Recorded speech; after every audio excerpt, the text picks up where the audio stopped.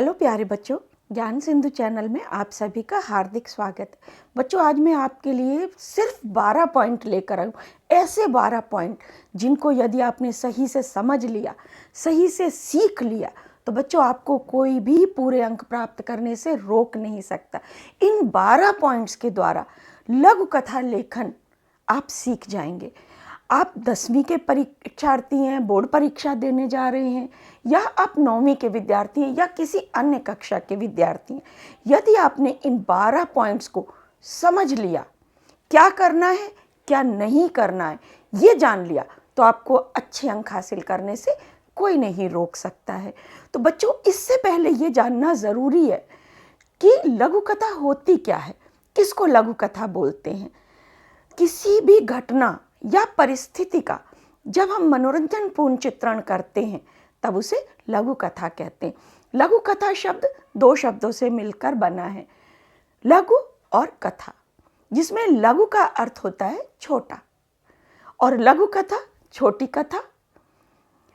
दूसरा, लघु कथा लिखने का उद्देश्य क्या है, क्यों लिखते हैं? तो इसका सबसे बड़ा कारण है कि इससे कल्पना शक्ति का विकास होता है। जब आप अच्छी कल्पना करेंगे, अच्छे विचार करेंगे, आपकी कल्पनाशीलता बढ़ेगी, तो इससे आपकी लेखन शक्ति का विकास होता है। आप अच्छा लिखना सीखते हैं, आपके अंदर लेखन का कौशल विकसित होता है। इससे पाठकों को नैतिक शिक्षा प्राप्त होती है और कोई ना कोई अच्छी शिक्षा, कोई ना कोई अच्छा संदेश बच्चों को मिलता है, जो भी पढ़ता है उसको मिलता है। और सबसे बड़ी चीज़, मनोरंजन तो होता ही है। और बच्चों, इन 12 पॉइंट्स को सीखने समझने के लिए कि लघु कथा लेखन में हमें किन बातों का ध्यान रखना है और किन बातों से बचना है, इसके लिए ज़रूरी है कि आप वीडियो के अंत तक बने रहें और सभी बातों को अच्छे से सीख और समझ पाएं। लघु कथा लिखने में वो कौन सी महत्वपूर्ण बातें हैं जिनको ध्यान में रखकर आप पूरे पूरे अंक प्राप्त कर सकते हैं। तो आइए बच्चों, 12 पॉइंट्स में हम समझें कि क्या करें और क्या ना करें जिससे कि हमें पूरे अंक प्राप्त हो। तो बच्चों, सबसे पहला पॉइंट है, लघु कथा हमेशा छोटे छोटे सरल वाक्यों में लिखें।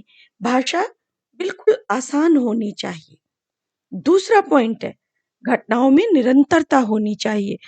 आप लोग कई बार बच्चों फिल्म देखकर आते हैं तो आपको लगता होगा कि क्या फिल्म बनाई है, क्यों बनाई है, कहानी तो आगे बढ़ ही नहीं रही है। तो लघु कथा भी वैसी नहीं होनी चाहिए, घटनाएं फटाफट आगे बढ़ती रहनी चाहिए। तीसरा पॉइंट है, अपनी कल्पना शक्ति और रचनात्मक शक्ति का प्रयोग करते हुए ऐसी कहानी लिखें, ऐसी कथा लिखें जो लोगों के मन को छू जाए। चौथा पॉइंट है, कथा तत्व की प्रधानता हो।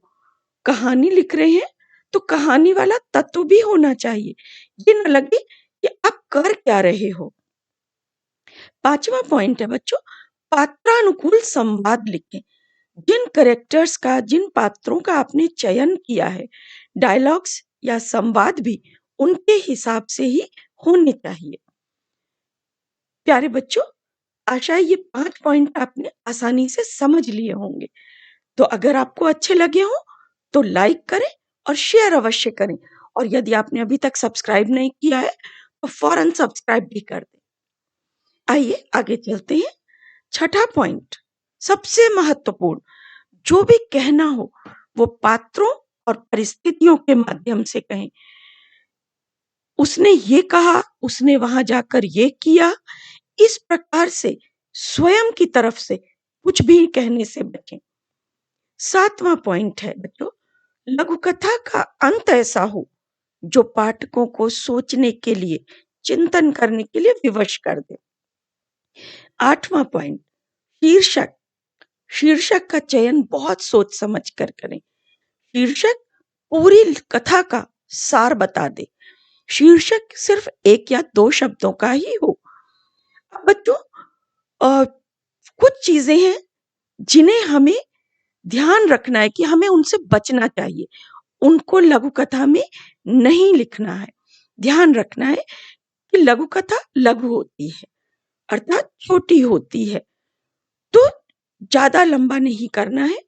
आपको सिर्फ 120 शब्दों तक लिखनी है, तो 110 से कम ना हो और 130 से ज्यादा ना हो, इतना ध्यान रखें। अनावश्यक विस्तार से बचना है, बिना मतलब कहानी को घुमा फिरा कर लिखते जाने से बचना है आपको। अगला है, अधिक पात्र एवं घटनाएं नहीं होनी चाहिए। बहुत सारे कैरेक्टर्स आपकी कहानी में ना हो, एक या दो ही पात्र हो, घटनाएं भी अधिक ना हो, सिर्फ एक ही घटना में आप कहानी को पूर्ण करें। भाव भी एक से अधिक नहीं होने चाहिए। मान लीजिए आप किसी दुखद स्थिति का चित्रण कर रहे हैं, तो सिर्फ दुखद स्थिति ही हो और भाव भी शोक के भाव ही वहां पर व्यक्त हो, हास्य व्यंग का प्रयोग न करें। अगला जो सबसे महत्वपूर्ण पॉइंट है जिससे आपको बचना है, वो अनावश्यक संवाद होता है। बिना मतलब के डायलॉग्स, बिना मतलब के संवाद नहीं होने चाहिए। कम से कम संवाद का लघु कथा में प्रयोग करें। बच्चों, अब बात आती है प्रश्नों की। लघु कथा में किस प्रकार के प्रश्न पूछे जाते हैं? तो सबसे पहला प्रकार जो होता है, उसमें अधूरी लघु कथा को पूरा करना होता है। इसमें आपको 2-3 वाक्यों में लघु कथा शुरू करके दे दी जाती है और आगे की कथा आपको पूरी करनी होती है और फिर उसका शीर्षक भी लिखना होता है। दूसरे प्रकार में आपको कुछ चित्र दे दिए जाते हैं और उन चित्रों के घटनाक्रम को देखते हुए आपको कथा पूरी करनी होती है। इसके बाद तीसरे प्रकार में आपको एक शीर्षक दे दिया जाता है और उस शीर्षक को आधार बनाकर आपको लघु कथा लिखनी होती है। चौथी तरह से जो प्रश्न पूछे जाते हैं, उनमें आपको कुछ संकेत बिंदु दिए जाते हैं और उन संकेत बिंदुओं को छोड़ते हुए आपको लघु कथा लिखनी होती है। पांचवा प्रकार जो होता है, उसमें आपको एक अनुच्छेद दिया जाता है। लघु कथा लिखी हुई होती है, लेकिन उसके कुछ महत्वपूर्ण शब्दों को हटा लिया जाता है, वहां पर रिक्त स्थान छोड़ दिया जाता है और उन महत्वपूर्ण शब्दों को लिखते हुए आप लघु कथा पूरी करते हैं। प्यारे बच्चों, आशा है इन 12 पॉइंट्स के माध्यम से आपने लघु कथा लिखना आसानी से सीख लिया होगा और आप इन टिप्स का प्रयोग करके अपने वो परीक्षाओं में बहुत अच्छा प्रदर्शन करेंगे और अच्छे अंक प्राप्त करेंगे। बच्चों, आपको अगर ये वीडियो अच्छी लगी है तो लाइक और शेयर अवश्य करें और चैनल को अगर आपने सब्सक्राइब नहीं किया है तो जल्दी से कर दें और पिछले वीडियो अगर आपने नहीं देखे हैं तो मैं लिंक दे दूंगी, आप वो भी देख लें। और हम फिर मिलेंगे किसी अन्य वीडियो में किसी अन्य विषय पर ऐसे ही उपयोगी ज्ञानवर्धक टिप्स के साथ जो आपको परीक्षाओं में अच्छा प्रदर्शन करने में मदद करेंगे। तब तक के लिए धन्यवाद, फिर मिलते हैं।